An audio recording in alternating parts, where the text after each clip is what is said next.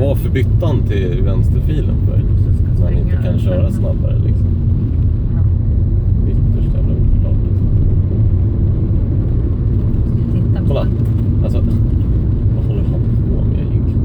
Oj, så det är en gubbe som sitter där. Vad roligt.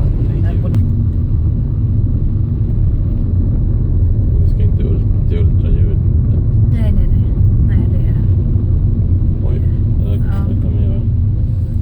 Ja. Snyggt.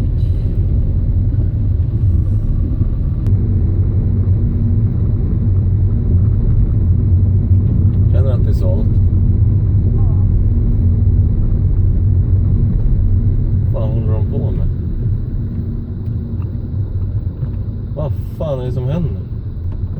Vad stannar mitt i rondellen? En jävla pucko. Ja, men. Wow. Do you think one more fight is what it's going to take? Okay, so the natural question would be like, do you want to end up where your husband is?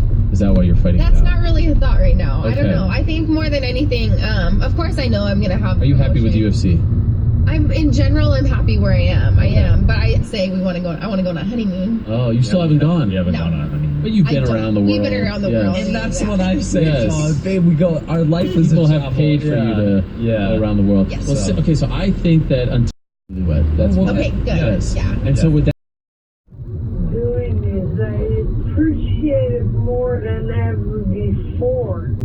You know, Superman had just purchased 10% of the UFC 3 months prior, and so they brought this big event to Yas Island, just outside of Abu Dhabi. They built a makeshift stadium in the desert. They set up a Ferrari World. The main event was Anderson Silva against Damian Maia for the. It was supposed to be Anderson Silva against Vitor Belfort. Belfort got hurt for the middleweight title. Also, Frankie Edgar fought BJ Penn. Henzo